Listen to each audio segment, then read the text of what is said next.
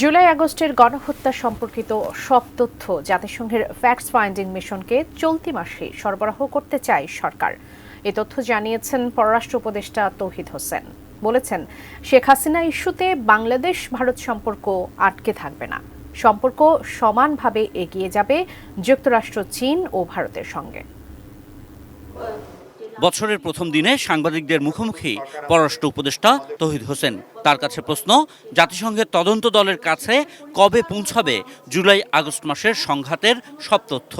জানুয়ারির মধ্যে হয়ে যাবে। সব রিপোর্ট এখন আসে না, কিন্তু আসার পথে আছে। আমি আশা করি যে খুব তাড়াতাড়ি এই আমাদের পজিশন জানাতে পারবো এবং তারা তাদের রিপোর্ট পাবলিশ করতে পারবে। নতুন বছরে কূটনৈতিক সম্পর্কের 3 গুরুত্বপূর্ণ অংশীদারের সঙ্গে সম্পর্ক এগিয়ে নেওয়াকে গুরুত্ব দিচ্ছে বাংলাদেশ। চিন্তায় সর্বোচ্চ গুরুত্ব পাচ্ছে আরাকান সীমান্ত ও রোহিঙ্গা সংকট। আমরা আমাদের প্রতিবেশীর সাথেও ভালো সম্পর্ক চাই, মার্কিন যুক্তরাষ্ট্রের সাথে আমরা ভালো সম্পর্ক চাই, চীনের সাথেও ভালো সম্পর্ক চাই। প্রায়োরিটি হচ্ছে রোহিঙ্গা সমস্যার সমাধান, প্রায়োরিটি হচ্ছে এই 3 গুরুত্বপূর্ণ দেশের সাথে সম্পর্ক ভালো রাখা। পররাষ্ট্র উপদেষ্টা জানালেন, চীন সরকারের আমন্ত্রণে চলতি মাসেই যাচ্ছেন বেইজিংয়ে দ্বিপাক্ষিক সফরে। চীনারা যেহেতু আমাকে নিমন্ত্রণ করেছে যেতে, আমি যাচ্ছি সেখানে আমাদের যেগুলি ইস্যুজ আছে সেগুলি নিয়ে আমরা আলাপ আলোচনা করব।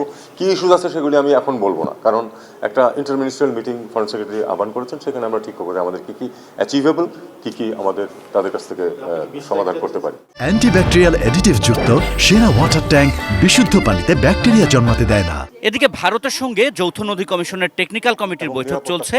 এটা ছাড়াও সম্পর্ক সব দিক থেকে এগিয়ে যাবে বলে আশাবাদী পররাষ্ট্র উপদেষ্টা। এই বছরই আসলে পদ্মা গঙ্গার চুক্তিটা করতেই হবে, না হাতে বোধ হয় জিনিসটা আটকে যাবে। এইটা কি স্ট্যাটাসে আছে? কোনো অগ্রগতি, খুব রিসেন্ট অগ্রগতি আছে কিনা? এই নিয়ে তো টেকনিক্যাল পর্যায়ে কথাবার্তা শুরু হয়েছে, আমি এটুকু জানি। এটা বরং আর ডিটেলস আপনারা জিজ্ঞেস করবেন। বরং স্যার, শেখ হাসিনাকে যদি ফেরত আনতে না পারেন, ভারতকে আপনি আনুষ্ঠানিক চিঠি লিখেছেন, কোনো জবাব পাননি, তাহলে কি আসলে ঢাকা দিল্লি রিলেশন? না, দেখুন আমি মনে করি যে দুটো পাশাপাশি চলবে, কারণ এটা হলো একটা ইস্যু, কিন্তু আমাদের আরো অনেক স্বার্থের ইস্যু আছে দুই পক্ষেরই। আমরা সেগুলি নিয়ে পাশাপাশি আগাবো। Thank you. আশিকুর রহমান অপু, এটি নিউজ, ঢাকা।